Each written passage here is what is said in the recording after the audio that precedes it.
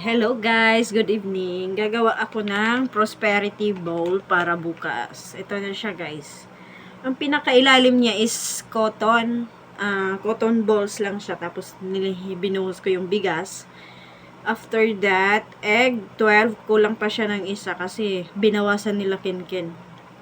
Tapos chocolate, gold chocolate, ano yan, balls ba yan? Or tapos, 12 piraso na tagto 20 na coins.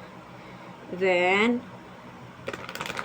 lagyan natin ang gagamitin kong papel na pera is tagpi 50. I-roll yun natin siya guys. With cotton ball sa loob para maganda yung grasya. Then, tatalian natin ng red ribbon. And after that, maglagay tayo ng, kahit isa-isang angpaw lang, maglagay tayo ng 168 na pera. Pag ganun siya guys, paharap. Yung pagbukas ng angpaw, makikita agad yung price. First is 100, tapos 50, tapos 10, then 8 pesos.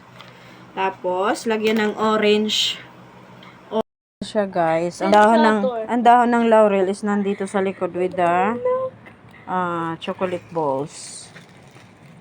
And then magro-roll yun na tayo ng tigpi 50 guys with the cotton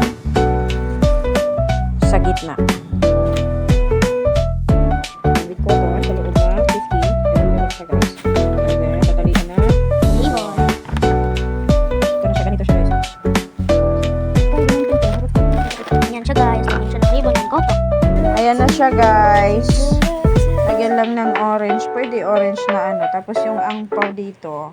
Ito yung may laman na 168. Pero hindi ko pa nalagyan yan guys. Ayan. That's the finished product of mine. Pwede naman hindi maggawa.